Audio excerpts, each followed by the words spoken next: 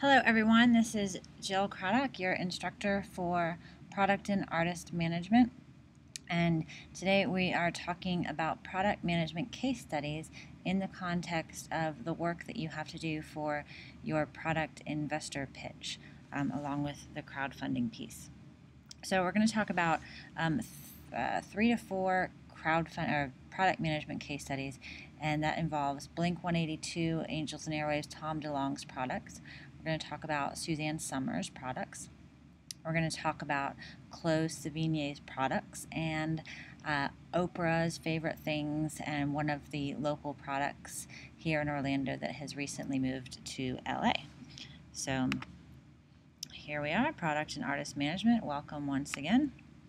And if you remember, and I'm sure you're looking at it on a regular basis, these are the project elements that we would like for you to consider and make sure that you have. Consider this kind of like a checklist and rubric, in addition, of course, to your professionalism and, APA, grammar, on time, all that good stuff.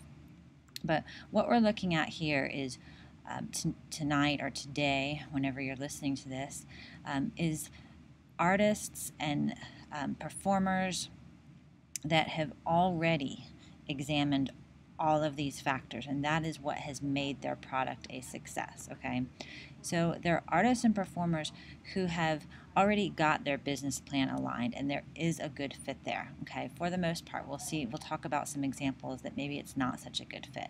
They have determined their target market, and when we say the target market, they're not marketing to everybody. They're marketing to just a niche market, just a very small segment of the market. Okay, which can even be 1% of the market, and that's fine. And there's a clear explanation of how they fit together. It's very obvious. They have found those statistics to show why their concept is viable. Okay. They've looked at the competition analysis and the market strategy. Those are very important things to do. Okay. They have figured out distribution channels, and we'll see examples of those. So these are all examples so that you can kind of follow what's been done professionally. You've seen student examples, and now it's an opportunity for you to see what's out there in the industry. And you'll see that they have more than a persuasive pitch for people to purchase their products and follow their brand and follow what's happening. You're going to put that together in a 1-minute crowdfunding video. Okay. The sales price and sales projections are not so easy to find with these particular artists. It is proprietary information sometimes, but you can still find competitors, and you can forecast for yourself based on research that you do. You can determine what your requested investment is because it is a startup, and you can also do the research for the different crowdfunding sites, and I know that you have researched that and discuss that in great detail in your finance class. So, and you can look at your different levels of benefits, and we can talk about, what you can be doing to get folks involved in your project. So Tom DeLonge is the lead singer of a band that got started in the 90s called Blink 182, and probably have heard their music on the radio back during that time. And you would think, oh, well, since they're from the 90s, they're probably obsolete now. No one's heard of them anymore. But that's not the case. Tom DeLonge has been a very successful businessman, and you can see that he's kind of got a brand image here. He's got the total image package going. And he's like this skater. He's this guitar player, independent, or a rebel sort of guy. He's a vegan. He's very organic. All right. So as I said, he's the lead singer of Blink 182, and this is kind of his image for a long time through the 90s and early 2000s. And he related to people who weren't quite sure what to do with themselves. And you can see, I guess this is Growing Up. That's the name of one of their songs. Maybe you've heard it.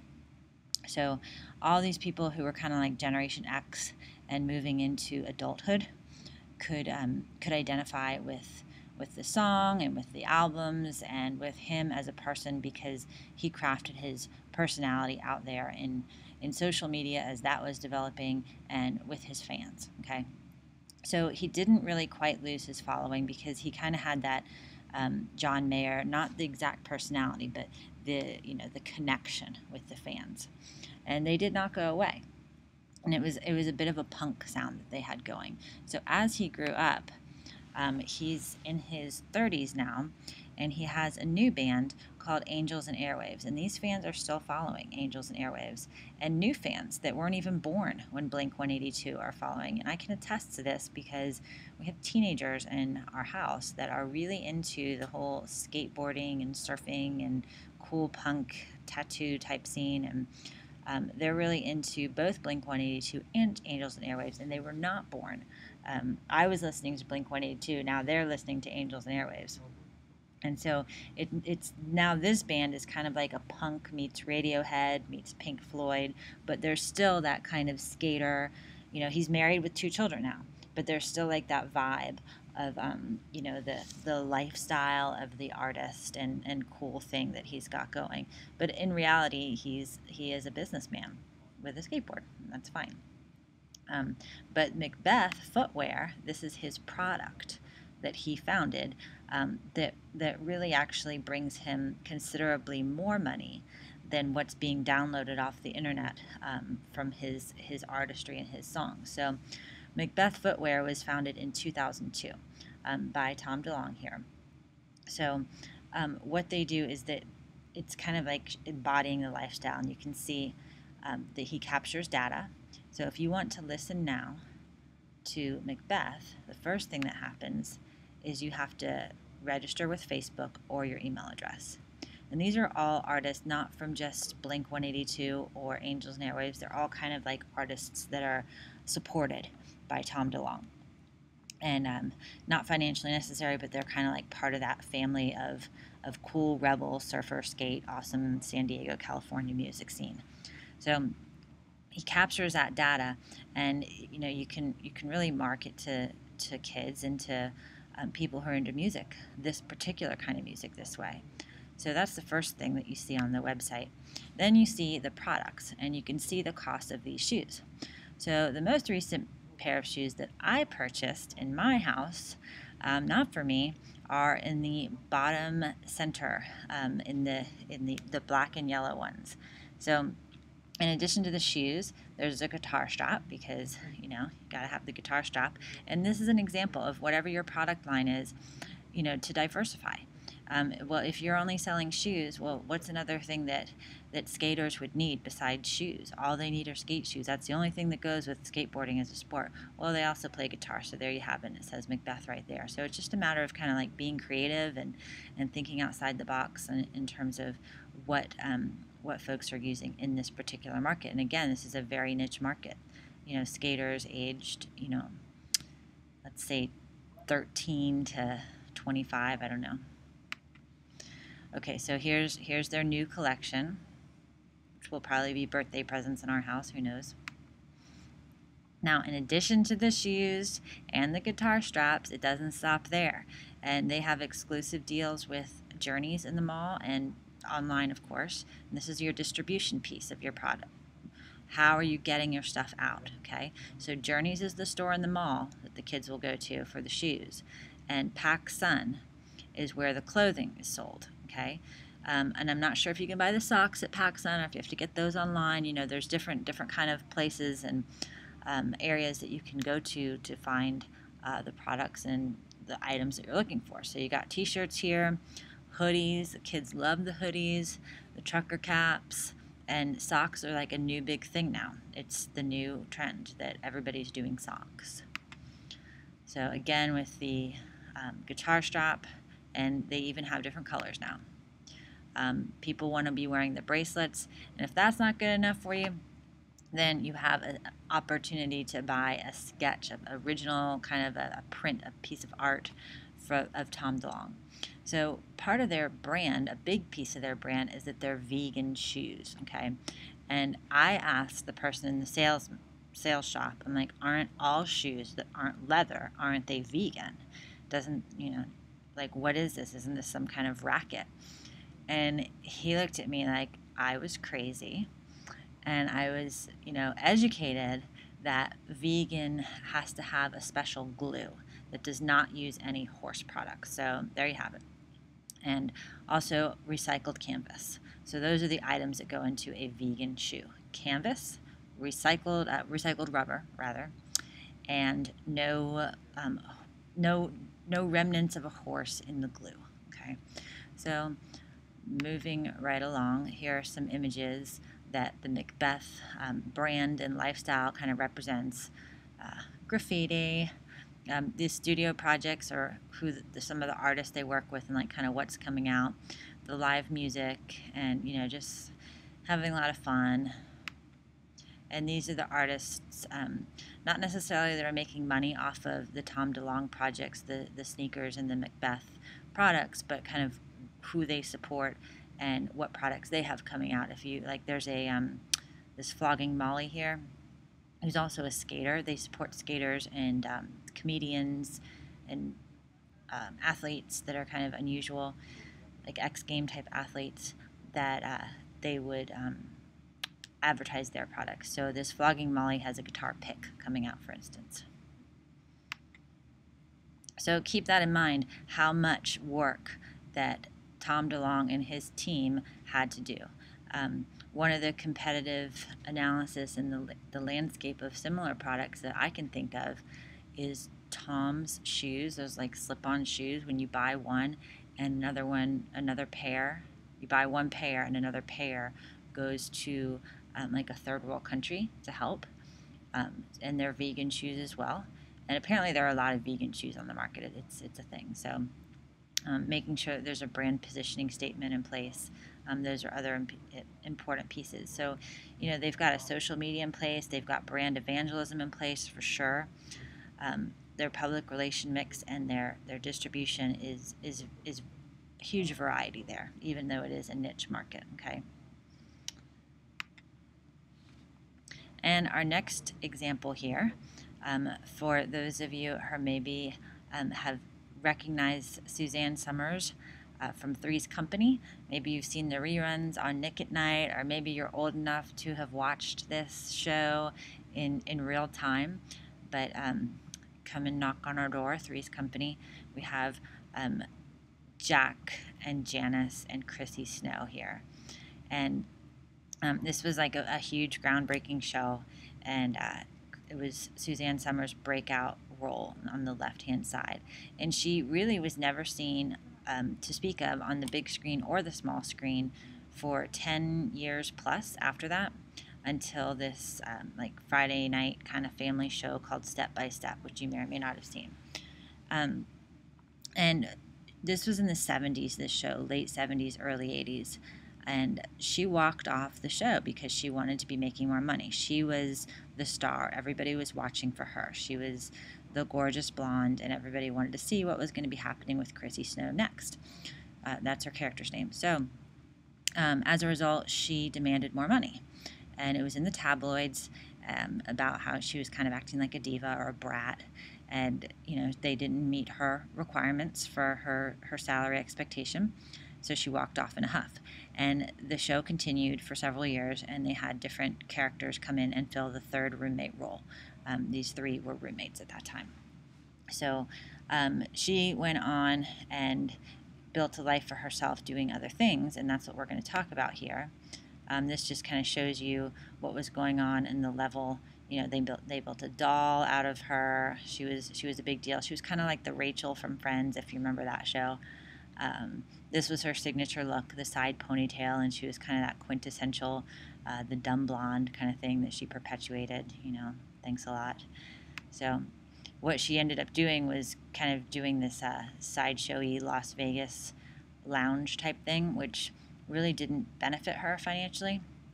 So she became a businesswoman and started hawking her own line of products, which netted her hundreds of millions of dollars, which was pretty smart.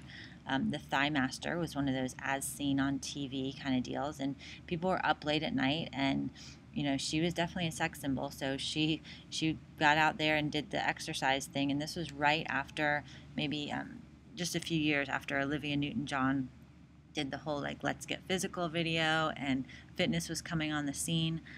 There were gyms, like fitness centers, that were becoming popular. People were starting to join. So this was really one of the first products, if not the first product, that you could buy and have delivered to your door that you could do like at-home fitness. So she really did some groundbreaking work here, at least one that you could kind of call to mind. And she was kind of like the queen of the infomercial here. And this is the first product that netted her over $100 million, and it's the ThighMaster. So, and apparently it worked. So after that, she wrote a lot of books. She branded herself as, after being an actor and a performer, like kind of a diet nutrition expert, but you can see her books were kind of like all over the place. She was, sharing her personal stories about being the adult child of an alcoholic. Some of her books talked about, what was happening behind the scenes on Three's Company and how she was wronged. Here you can see, some more recipe books and how she was, how to stay young and how to take care of yourself. And she really was the type of person who'd really, over the years and over the decades, did not seem to age. So people were very interested in that and did seem to look at her for diet and nutrition advice. Okay, so moving on, this is just a sample of her books. She continued to write for a long time, for many years here. And then she goes on and she's continuing the Home Shopping Network line, her own jewelry line, and her own fashion line. So at this point, she doesn't, in my mind, she didn't really have a clear brand. It's kind of like, what else is Suzanne Somers going to endorse now? You could have, a whole outfit by Suzanne Somers, and you can go to the gym and Suzanne Somers is involved. You could read a book at the beach, Suzanne Somers is involved. So I think that when you have a product and an artist, you really want to be clear and stay on message. She was definitely a force to be reckoned with in terms of being a business person, but at the same time as an artist during her kind of heyday. But I would say like pick one category as an artist, and then as a product manager as well. Although this did work for her, like I said, she was very wealthy. She has come under controversy recently, and this is something else to notice about or to be aware of with the total image package piece that we've talked about with artist management. She has a history now because she revealed, when one of her books was going to be released, she revealed that she has breast cancer, had breast cancer, and this was about early 2000s. She said on Larry King Live, and she went into her treatment plan, and she decided that she was not going to have traditional treatment, that she was going to take like hormones and vitamins, and she was not going to have any part of chemotherapy because of some things that she had researched and read and talked to doctors and so forth, and of what she felt like chemotherapy would do to her. And that really upset a lot of people in the medical community, and it upset a lot of people who had gone through cancer. So she's embroiled in some controversy now, and like I said, she's not an expert in fitness, diet, or nutrition, and she's certainly not an MD. So she's putting herself out there, and in these two books, she's stating kind of how one should manage themselves regarding cancer. So that's really something to manage her as an artist. You kind of want to say, hey, this is great product, great message, but here's how you want to present it, and this is probably not the way is to go on television. So it's one thing to be vegan, it's another thing to say you can cure cancer. Okay, so again, for the competition analysis and marketing strategy, consider who your market is. The jewelry buyers, home shopping network, how are you going to distribute, who's watching that home shopping network. Consider the people who have cancer and how they're going to react. Consider that target market. It seems to keep getting broader and broader in her case. Okay, the next person that I would like to share with you about is Chloe Sevigny. And she is an actress, but she actually started out, she gained her reputation as being kind of like a girl about town, like an it girl with her fashion sense. I think of her as kind of like a Nicole Richie almost, the way she started at least. She's a fantastic actress, but Nicole Richie is really known, I think, for her fashion sense, and she's a very unusual kind of girl, the way she looks and the way she dresses and the sense of style that she has. And that's how Chloe Sevigny was in the 90s. And people started noticing her fashion and copying it, like the big fashion houses and the big fashion lines and designers. And she, broke into acting, and she became this like avant-garde indie chick, art house, film house. She was like the it girl for any kind of, if there was an Independent Spirit Award to be won, then that was going to be her. She was in any kind of, like, if there was a controversial film, she would probably take the role.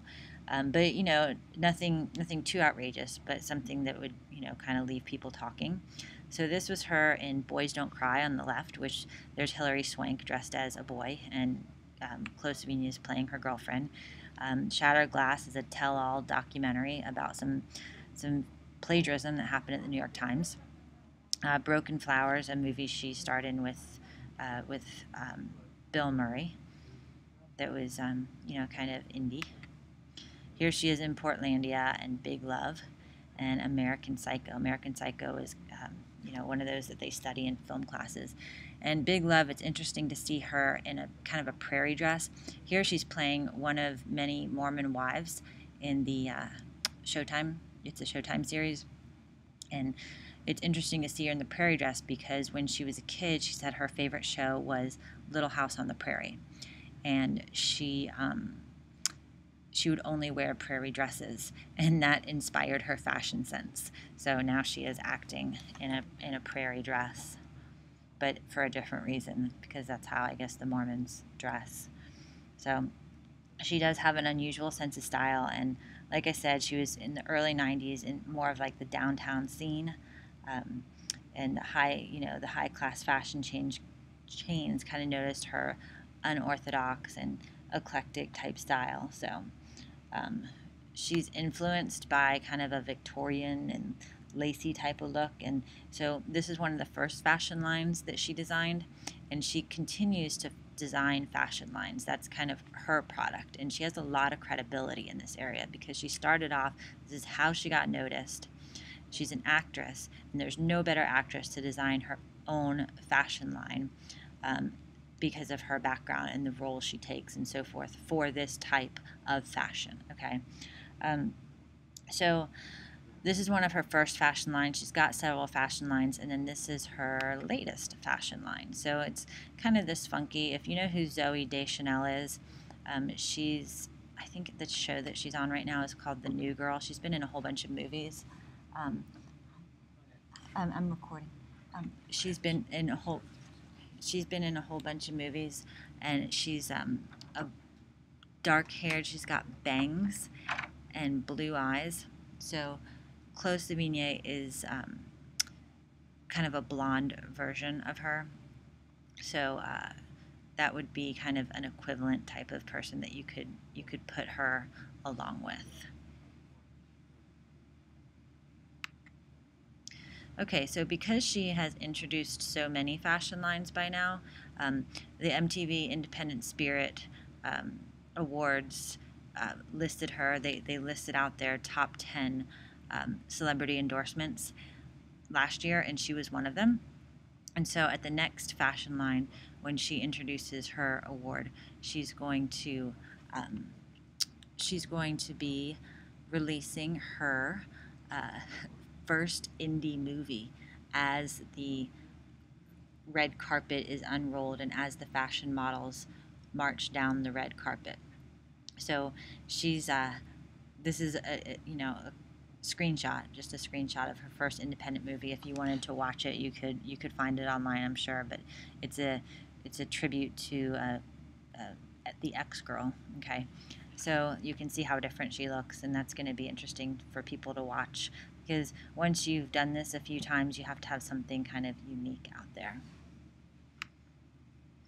Okay, and again, she's done all of her homework here for it to be a success. So I'd like you to just take a look at this. Take a look at her target market. Not everyone is wearing these clothes. And you can see how they're beneficial to one another, the artist and the target market. Her distribution channels, these are high-end. She does prefer to buy vintage clothes for herself, but to buy these clothes you would have to go to some pretty exclusive boutiques. Okay. All right. And moving on, Oprah's favorite things. We've all heard about this, and Oprah doesn't fully endorse one product. As you can see, she gives out many products per year. On her television show, when she had a television show, everybody would get the free product. Now she endorses them in her magazine, most recently, but everybody got a free product, and she got these products for free. And the reason she did is because once you were on Oprah, you pretty much had it made. If you were an Oprah's favorite thing, the sales of your product would invariably go up. So she does have also her book club, and the sales of those book club would also go up. She brought reading. She brought book clubs together. She brought the classics back. She brought her first book club book was a giant John Steinbeck, East of Eden. So people are reading the classics again. She had one author on of A Million Little Pieces, and he wrote a biography / memoir, and he put some information in there that he represented to be true, and it was not true, and she took him to task. So the Oprah Book Club is not something to be messed with. She also got really upset with one author because he didn't want to be part of her Oprah's Book Club. He thought he was too good for that. So that was really interesting too. So Oprah's favorite things, I'll give you a quick example of one. This is an artist who I work with, so I wanted to share with you. He's in Orlando here, and he has moved to LA in the past couple of years because his art he's been working on since basically he was a teenager has become so successful. His name is Nick. His company's name is R. Nichols, and he does billboards. He has a product line. But he's does store windows, and he's out in LA, and he's doing really well. And this is a picture of his boutique shop in Orlando. And so how he does his work is, you can see on the bottom right hand side, it's all cutting. So he's not drawing or painting any of this work. It's very distinctive style, as you can see. And he cuts and he arranges everything he does with this pen. And he had a 6th grade teacher who encouraged him in this when they did a project in his class, and she gave them like a secret handshake, and he thought, well, I'm going to stick with this. And so it's worked out for him very well, as you can see. So he made it to Oprah's favorite things. And so this is one of Oprah's favorite things for under $50, and you've got the blogger blogging about it.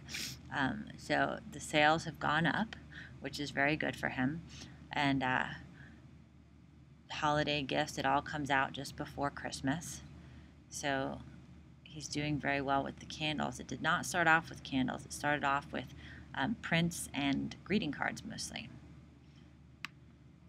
So here are his products as an artist. So like I said, it started off with greeting cards. He's got luggage tags now, and the candles are the newest thing. And I wanted to share these with you. I'm the copywriter for his company for the greeting card. So it's the birthday greeting card. We were told there would be cake. Calories go straight to your hair on your birthday. And the old lady birthday, you don't look a day older than dirt. And happy birthday to a woman with fabulous body. So those are some of the ones that I have written for the store and for the artist. So I just thought I would share that. Hope you don't mind. And then this is my favorite candle, and this is the Read candle, and it actually smells like books in an old library, which is pretty unusual. Okay, and so I thought also that I would share with you Macklemore, and it looks like it's not showing the full screen here, which is unfortunate. But if you know who Macklemore is, he's got a song called The Ceiling Can't Hold Us, and it's a really fun and energetic song that makes everybody want to dance. And you can't see his face here, but he's DJing and he's excited, and this YouTube has 33 million hits. And Microsoft Outlook decided to, I'm sure he sold the song, but they've got it endorsed to clean out your email box, which I find to be not a good fit for product and artist management, because this product of email and the act of cleaning out the email box is pretty mundane and tedious for most people, and putting this song with it doesn't really seem like a good fit. It doesn't seem authentic for this artist that he was thinking about cleaning out his email box when he wrote or performed this song. Okay, so I can play this song for you, I think.